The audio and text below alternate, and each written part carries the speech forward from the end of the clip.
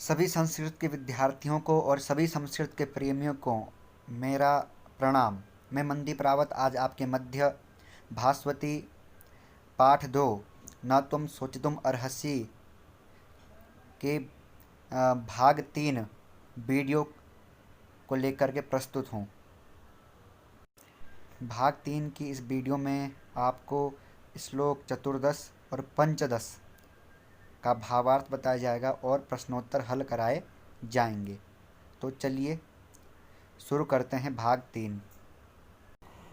एवमादि त्वया सौम्य विज्ञाप्यो वसुधाधिपः प्रयतेथास्तथा चैव यथा मां न स्मरेदपि। एवमादि त्वया सौम्य विज्ञाप्यो वसुधाधिपः प्रयतेथास्तथा चैव यथा मां न स्मरेदपि। इसका अर्थ है कि हे सौम्य, हे छंदक, हे सौम्य, तुम्हें राजा को इस प्रकार की अन्य बातें बतानी चाहिए या हे सौम्य, तुम्हारे द्वारा राजा को एवं आदि इस प्रकार की अन्य बातें बताई जाएं तथा ऐसा प्रयत्न किया जाए जिससे वे मुझे स्मरण न करें। हे सौम्य, तुम्हारे द्वारा राजा को इस प्रकार की अन्य बातें निवेदित की जाएं तथा वैसा प्रयत्न किया जाना चाहिए जिससे वे मुझको याद न करें। तुम ऐसा प्रयत्न करो, ऐसी बातें राजा को बताओ जिससे वे मुझे स्मरण न करें, वो मुझे भूल जाएं। अपि नैर्गुण्यस्माकं वाच्यं नरपतो त्वया नैर्गुण्यात् त्यजते स्नेह स्नेहत्यागान् शोच्यते। अपि नैर्गुण्यम् अस्माकं वाच्यं नरपतो त्वया नैर्गुण्यात् त्यजते स्नेह स्नेहत्यागान् शोच्यते। इसका अर्थ है नैर्गुण्यम माने निर्गुणता या दोष। तो नैर्गुण्यात त्यजते स्नेह, नैर्गुण्यात माने निर्गुणता से स्नेह का त्याग किया जाता है। और स्नेह त्यागात न सोच्यते, और स्नेह का त्याग करने से या स्नेह का त्याग करने के बाद शोक नहीं किया जाता या शोक नहीं होता। अतः त्वया माने तुम्हारे द्वारा, नरपतो माने राजा को, अस्माकम माने हमारी, निर्गुणता नैर्गुण्यम माने दोषों के विषय में ही या निर्गुणता के विषय में ही, वाच्यम बताया जाना चाहिए। यहाँ पर सिद्धार्थ कहते हैं कि जो राजा हैं उनके अंदर जो है हमारे प्रति क्या नहीं होना चाहिए, स्नेह नहीं होना चाहिए या हमारे प्रति शोक नहीं होना चाहिए। तो उस शोक को निकालने के लिए जो निर्गुणता होती है, निर्गुणता से जो है स्नेह का त्याग होता है, और स्नेह का त्याग होने के कारण क्या नहीं होता है, बस शोक नहीं होता है। इसीलिए आप क्या करना, राजा को, जो हमारे पिताजी हैं, राजा जो हैं, उनको हमारी क्या बताना, निर्गुणताएं बताना, दोष बताना, जिससे हमारे दोष बताने के कारण क्या करेंगे, वो हमारे निर्गुणताओं के कारण वो हमारे स्नेह का त्याग करेंगे, और हमारे स्नेह का त्याग करने के कारण वो हमारे प्रति कोई शोक नहीं करेंगे।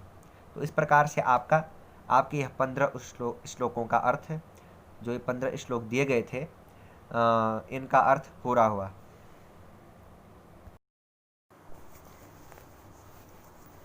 अब आपको कराते हैं पाठ्य पुस्तक के अभ्यास प्रश्नोत्तर हल।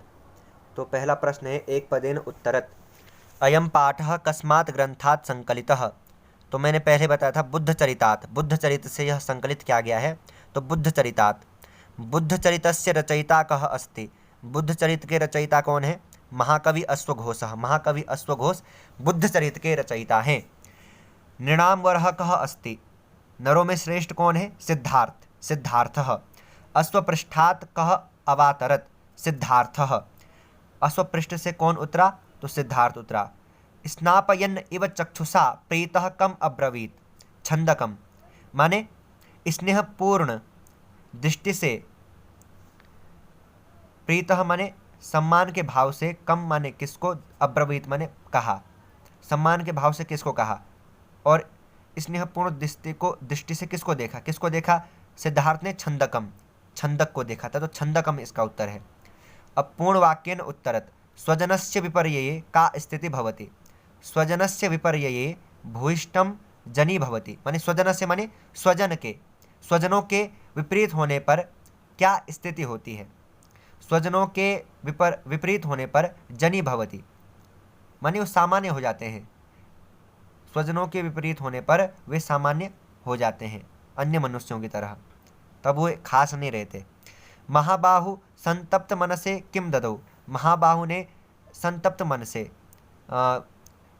दुख भरे मन से किम ददौ क्या दिया, महाबाहु संतप्त मन से माने संतप्त मन से माने दुख भरे दुख वाले मन, दुख वाले जिसका मन दुख से भरा हुआ था उसको महाबाहु ने क्या दिया, तो महाबाहु ने संतप्त मन से भूषणानि ददौ, महाबाहु संतप्त मन से भूषणानि ददौ, किम ददौ, भूषणानि ददौ, भूषणानि माने आभूषण, तो महाबाहु ने जो है दुख मन वाले व्यक्ति को या दुखी मन वाले व्यक्ति को क्या दिया, भूषणानि माने आभूषण दिए। बुद्धः किमर्थम तपोवनम प्रविष्टः, तो बुद्धः जरा मरणनाशार्थम तपोवनम प्रविष्टः, बुद्धः जरा किमर्थम के स्थान पर आ जाएगा जरा मरणनाशार्थम। त्वं कीदृशं मां न शोचितुम अर्हसि, त्वं एव अभिनिष्क्रांतं मां न शोचितुम अर्हसि, त्वं एवं अभिनिष्क्रांतं मां न शोचितुम अर्हसि, त्वं माने तुम, कीदृशं माने किस तरह के, मां माने मुझे, शोचितुम न अर्हसि माने तुम किस तरह के मेरे लिए शोक नहीं करोगे, तो इसका अर्थ है त्वम एवं अभिनिष्क्रांतम, तुम इस प्रकार से, एवं माने इस प्रकार से, अभिनिष्क्रांतम माने निकलने वाले, घर से बाहर जाने वाले, घर से निकलने वाले मेरे प्रति शोक नहीं करोगे, शोचितुम अर्हसि शोक कर नहीं करोगे, ठीक है ना। तो एवं अभिनिष्क्रांतम, एवं अभिनिष्क्रांतम आएगा कीदृशम के स्थान पर। कस्मिन् सति कस्य कालः नास्ति, जीविते चंचले सति, जीविते चंचले सति, जीवन के चंचल होने के कारण कस्य काल न अस्ति, धर्मस्य कालः न अस्ति, तो कस्मिन् के स्थान पर आएगा जीविते चंचले सति, कस्य धर्मस्य अकालः नास्ति। अब है अधोलिखितेषु संधिं कुरुत, तो अधोलिखितों की हमने क्या करनी है, संधि करनी है। त्यागात धन न, त्यागान्न, त्यागात था इसके बाद न आ गया तो त को भी न हो गया, अनुनासिक संधि, इसमें कौन सी संधि हुई, अनुनासिक संधि हुई। जब क से लेकर के ह तक के वर्णों के पश्चात कोई अनुनासिक वर्ण आता है, अनुनासिक वर्ण क्या होते हैं, एक होता है आपका ग, क ख ग घ ग, क हो गया, य हो गया, च छ ज झ य, और ण हो गया, न हो गया और म हो गया, ये क्या है, अनुनासिक वर्ण है।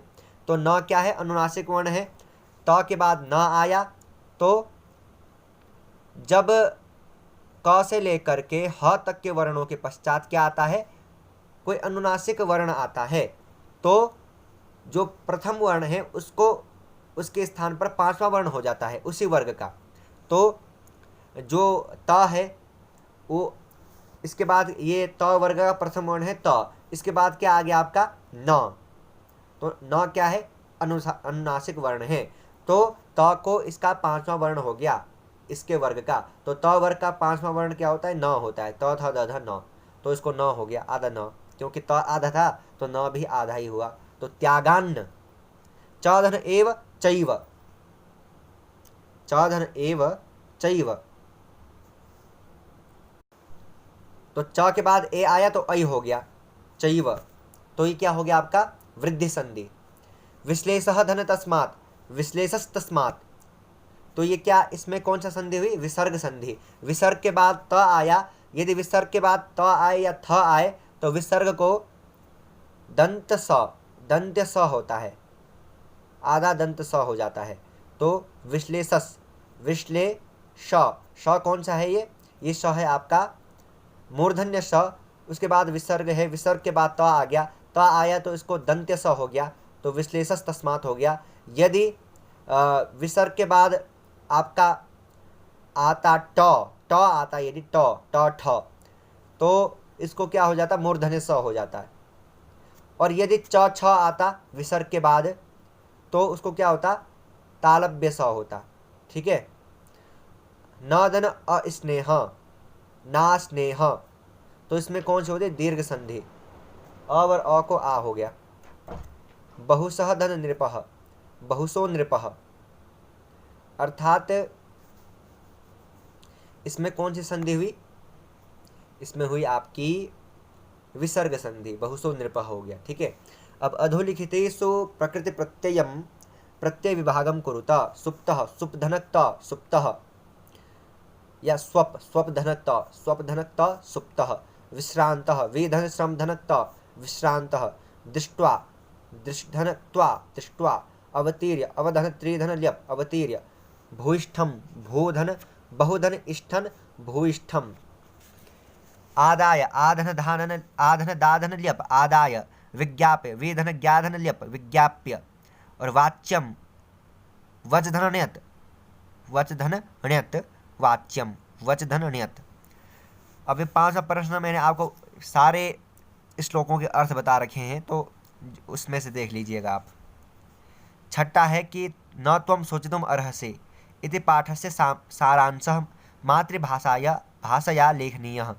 तो जो ये पाठ है जो हमने अभी पढ़ाया, इसका सारांश अपने मातृभाषा में लिखना है, हिंदी में लिखना है अर्थात। तो ये आप स्वयं लिख सकते हैं क्योंकि हमने आपको पूरा अर्थ बता रखा है पहले ही। तो रिक्त स्थानानि पूरयत, न त्वं डोट अर्हसि, तो क्या आएगा, शोचितुम् अर्हसि। सददर्श डोट आश्रम पदम, सददर्श भार्गवस्य आश्रम पदम, किसका आश्रम देखा उसने, भार्गवस्य, भार्गव ऋषि का। सविस्मय निवृत्त्यर्थम च तपः पूजार्थमेव च, जनी भवति भूयिष्ठम डोट विपर्ये, जनी भवति भूयिष्ठम स्वजनोपि विपर्ये, स्वजनोपि माने स्वजनों के विपरीत होने पर। अकालः डोट धर्मस्य, नास्ति धर्मस्य, धर्म का कोई अकाल नहीं होता है, अनुचित समय नहीं होता है। अब विशेष्यः विशेषणयोः योजनं कुरुत, यह विशेष्य, विशेष्य को विशेषण के साथ क्या करना है, जोड़ना है। विशेष्य किसे कहते हैं, जिसकी विशेषता बताई जाती है। और विशेषण कौन होता है, जो शब्द विशेषता बताते हैं। जैसे भास्करे, भास्कर माने होता है सूर्य, सूर्य की विशेषता कौन बता रहा है, जगत चक्षुषी, जगत के या संसार के चक्षु के समान। तो संसार का चक्षु, संसार का चक्षु किसकी विशेषता है, भास्कर की, सूर्य की। इसके लिए इसीलिए भास्कर के आगे आएगा जगत चक्षुषी। जनः, जनः का क्या आएगा, अभिमुखः, अभिमुखः माने नत होना या समर्पण होना, समर्पित कर देना किसी के सामने अपने आप को। तो जनः का जनः की विशेषता है अभिमुखः। मणिम, मणि की विशेषता क्या है, भास्वरम, चमकीली मणि है। मणि कैसी है, चमकीली है। जीविते चंचले, जीविते चंचले, जीविते माने जीवन क्या है, चंचल है। तो जीवन की विशेषता क्या है, चंचल। माम अभिनिष्क्रांतम, माम का क्या है, अभिनिष्क्रांतम है। ठीक है। अब है उदाहरण अनुसारम विग्रह पदानि आधृत्य समस्त पदानि रचयत, न स्निग्धः अस्निग्धः, न स्निग्धः अस्निग्धः। ठीक है। आदित्येन सह सादित्यः, ठीक है, इसका होगा सादित्यः। और स्वर्गाय तरसः स्वर्गतरसः, न धन कालः अकालः, जैसे न धन स्निग्धः अस्निग्धः और न धन कालः अकालः। महान्तौ बाहु यस्य सः महाबाहु, महाबाहुः। वसुधायाः अधिपः वसुधाधिपः, इस प्रकार से होगा। अधोलिखित पदानां विपरीतार्थक पदैः मेलनं कुरुत, तो सुप्तः माने विलोम शब्दों के साथ इनका मिलान करता है। सुप्तः माने सोना, सुप्तः का क्या होगा, जागृतः माने जागना। अवतीर्य का क्या होगा, आरूह्य, अवतीर्य माने उतरना, आरूह्य माने चढ़ना। स्वजनः माने अपने लोग, परजनः माने दूसरे लोग, पर माने दूसरे, जनः माने लोग, नृपः माने राजा, रंकः माने भिखारी, ध्रुवः माने निश्चित, चंचलः माने अनिश्चित। ठीक है, तो चंचल लग जाएगा इसके बाद। तो इस प्रकार से आपका द्वितीय पाठ न त्वं शोचितुम अर्हसि के आपको भावार्थ भी बता दिया, इसका अर्थ भी बता दिया, भावार्थ भी बता दिया, और इसके बाद आपके प्रश्नोत्तर भी हमने हल कर दिए, और यह पाठ आपका पूर्ण हुआ। आपसे यही आग्रह है कि आप हमारी वीडियो को लाइक करें, हमारी वीडियो पर कमेंट करें, हमारे चैनल को सब्सक्राइब करें। धन्यवाद।